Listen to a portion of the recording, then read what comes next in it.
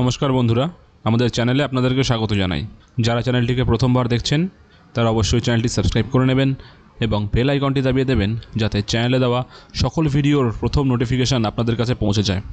এসএসসির পক্ষ থেকে অলরেডি আমাদের যে ওএমআরের অ্যান্সার কি যে ভুল দেওয়া ছিল, মানে মাস্টার অ্যান্সার কি যেটা দেওয়া হয়েছে এসির পক্ষ থেকে 9, 10 এবং 11, 12 দুটোতেই অনেক ভুল আছে। তো সেই ভুলগুলো রেকটিফিকেশানের জন্য অলরেডি কারেকশানের লিঙ্ক খুলে গেছে আমরা জানি, কিন্তু সেখানে সবচেয়ে বড় প্রবলেম যেটা ছিল সেটা একটা ডেটা আমি যখন ওখানে আপলোড করতে যাব সেখানে আমাকে 250 কেবির ওপরে কোনো আমাকে জায়গা দিচ্ছিল না।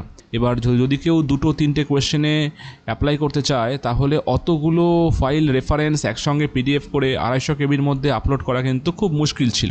এটা নিয়ে আমাদের কাছে একটা আপডেট ছিল যে আজকে সন্ধ্যাবেলা থেকে সেটা 1 MB করে হওয়ার কথা আছে পার আপডেট, মানে পার ডকুমেন্টস যেটা আপলোড হবে। তো যতটা খবর পাওয়া যাচ্ছে সেটা আপলোড সাইজ 1 MB অলরেডি করা হয়েছে।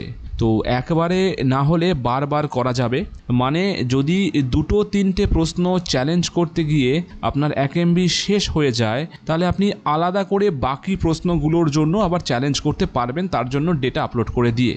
এবার এটা হচ্ছে নাকি এর জন্য সমস্যা হচ্ছে এটা একটু আপনারা প্লিজ চেক করবেন। আমরা আপডেট পেয়েছি যে অলরেডি এটা করে দেওয়া হয়েছে, সবাই এখন 1 MB করেই আপলোড করতে পারছে।